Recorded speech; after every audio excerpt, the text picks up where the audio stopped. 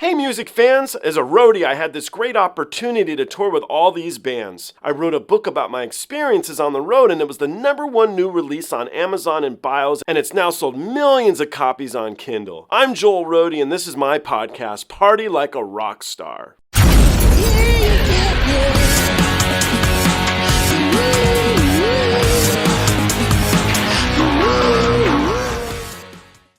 Are you guys ready for Placido Domingo and Dimash performing together? I don't know if any of us are ready. This should be pretty something badass. This should be very special. I'm very eager to check this out. Thank you to you guys for cluing me in that it recently came out. I can't believe something like this exists. So very cool. Let's jump into it together and see if it's just as good as I'm hoping. Let's do this.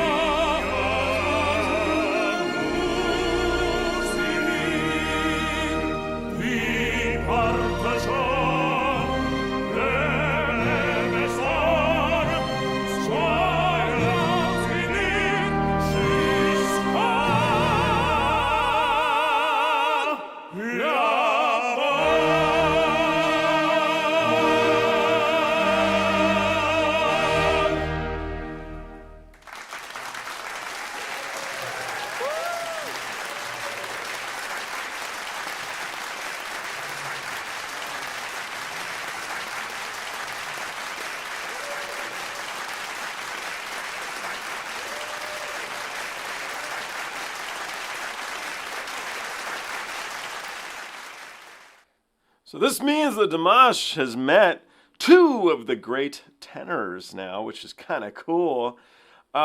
So I am not knocking anything, but Placido Domingo's getting a little bit older, obviously, and I think that Dimash, his voice overpowered him a bit.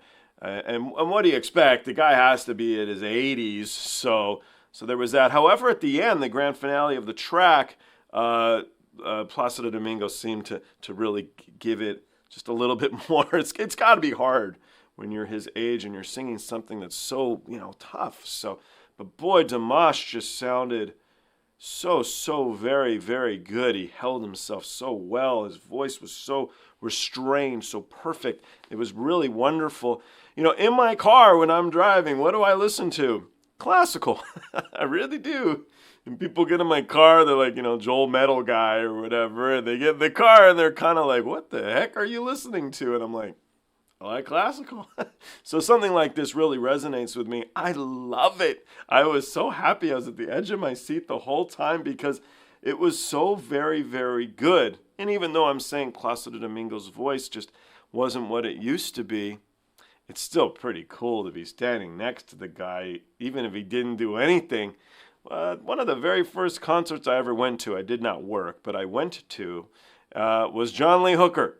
And he came out and he sat down, he put on the cool black glasses that he was famous for. And I'm like, don't even make him play. It's not even necessary. That's so cool. And I think probably standing next to Placido Domingo must be the same wonderful feeling. It's very, very great stuff. So I loved this. Thank you ever so much for cluing me in that it recently happened and it's available to check out because it's certainly worth checking out. Guys, thank you so much. I look forward to seeing you all on the next one.